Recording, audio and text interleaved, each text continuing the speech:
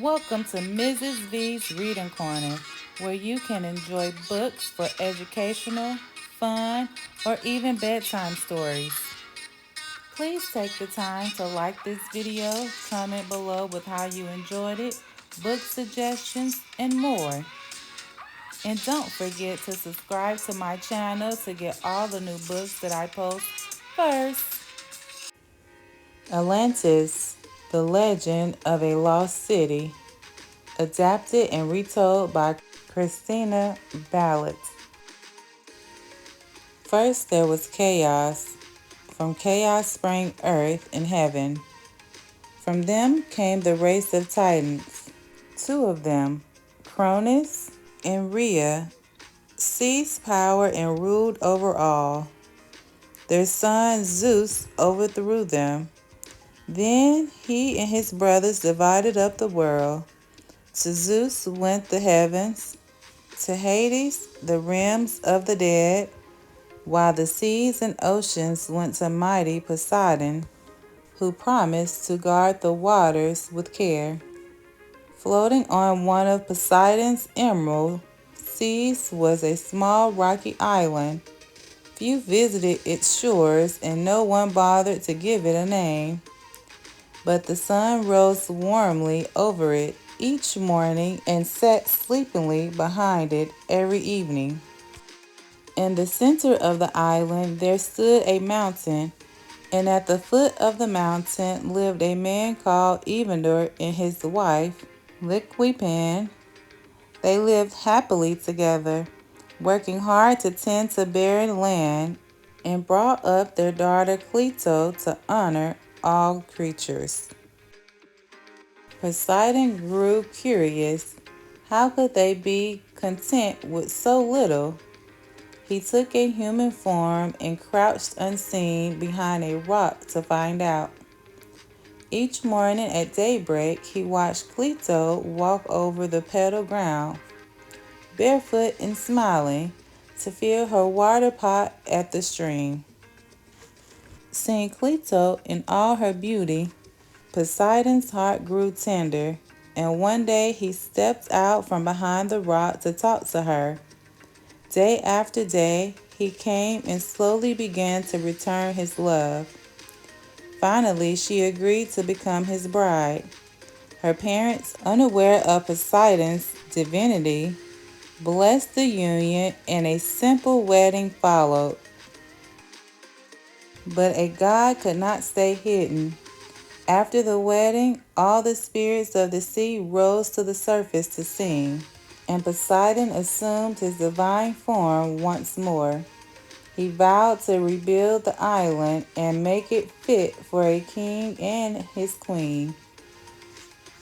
Poseidon used powers beyond human imagining to transform the island into a paradise. First, he arranged alternate circles of land and sea, 3 of land and 3 of water, to enclose the mountain. Within each circle of land, a forest sprung up.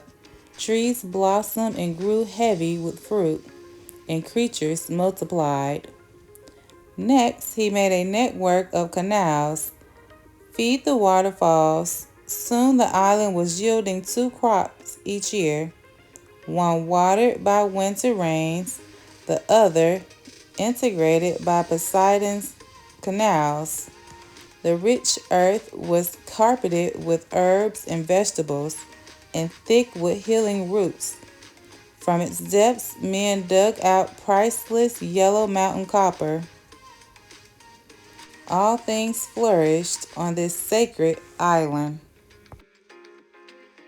Then, under Poseidon's guidance, the inhabitants built a palace for a god, with towers, gates, and parapets trimmed with gleaming brass and tin. In the center, they set up a holy temple dedicated to Poseidon and Celta, with pinnacles of silver surrounded by a wall of gold. They built thermal baths and aqueducts, fountains and gardens, and even a huge race course. It was a happy time for Poseidon and Celta. And over the years, Celta gave birth to 5 pairs of twin sons. Their firstborn son they named Atlas. In the summer of his 12th year, he was crowned high king, and they named the island Atlantis in his honor. Then Poseidon divided the island into 10 parts and gave his sons 1/10 each. To ensure peace in his new island city, Poseidon set down walls in stone on a pillar of the temple. Chief among them was the commandment that no person should take up arms against another, with a terrible curse on another who disobeyed. Every 5 years, Atlas and the 9 princes gathered by night beside the pillar to judge their people according to Poseidon's law. The people of Atlas became wise, gentle, and great-spirited. They were sober and kind as the Creator had always wanted them to be. Above all, they lived in peace. So Atlas prospered. Its splendid docks were thronged with ships and merchandise, and behind them a towering lighthouse lit the way for incoming boats bringing cargoes from other lands. The harbors hummed with trade. Bridges in an underground canal were built to connect the 3 circles of land around the mountain. As the people grew ever richer, Poseidon, watching from the waves, was content and went away to his home at the bottom of the sea. Many years passed, and Poseidon lay sleeping at the bottom of the ocean. The people of Atlantis began to change. Slowly, very slowly, the godlike part of their souls faded and their mortal human natures took over. They started to argue. Gradually, they lost the gift of goodness and became infected with ambition and power. Greed filled the citizens' heart. The streets of Atlas, once safe, became dangerous as people began to steal, cheat, and lie. One day, Zeus, god of gods who ruled according to the law of the Creator, looked down from the heavens above. He saw the city walls crumbling with neglect, the empty temple, and worst of all, people fighting one another. He roared out his anger. The sound of his fury woke Poseidon. Rising to the surface of the waves, the sea god looked out over his once perfect kingdom and wept. Now he has no choice. He must carry out his terrible curse.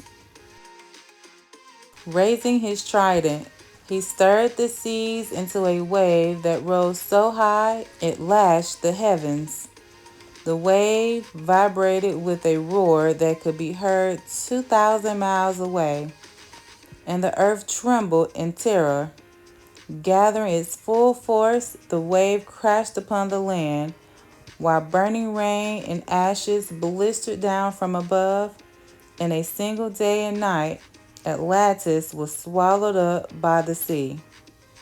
Then there was silence. The city sank slowly to its new resting place on the ocean floor. The people of Atlantis did not die. They continued to exist beneath the waves, but they never spoke or quarreled or fought again. As year followed year, they paid a terrible penance, learning to live without gold or possessions in the cold depths. In time, they became little more than creatures of the water. To this day, Atlantis has never been found. Some people believe that it is still there, under the sea, waiting to be discovered. Where was Atlantis? People have suggested many different places where Atlantis might once have been. The oldest Greek legend described Atlantis being out to the west in the middle of the ocean that is still named the Atlantic after Cleo's son. The people of Atlantis are said to have spread to other countries, founding settlements in Europe and Africa, and even in the land we now call America. Some think Atlantis existed more or less as Plato described it, and that its people left traces behind them. Egypt has pyramids, Mexico has pyramids, so perhaps some Atlantean settlers built them in both places, and their submerged homeland was midway between the two countries. Others suggest that Atlantis was closer to America. The native inhabitants of the West Indies told early explorers that their islands were once part of a single landmass, but that a disaster long ago shattered it. The 50th century Greek philosopher Proclus, who wanted to convince his readers that Atlantis was real, writes very mysteriously as if he knew of the West Indies in their story. Some people suggest that Atlantis was a part of Britain. Legends tell of a sunken land between Cornwall and the Isles of Scilly. The theory taken most seriously is that the story is actually about the island of Crete, which was highly civilized and ruled over several small islands. One of them, Thera, was partially destroyed in about 1450 BCE by a tremendous eruption, which also destroyed part of Crete, and its civilization never recovered. With so much uncertainty, some argue that the story of Atlantis is not history at all, but a myth warning us against conflict and power seeking. Yet the legend is so vivid that many will always believe Atlantis existed somewhere. The end.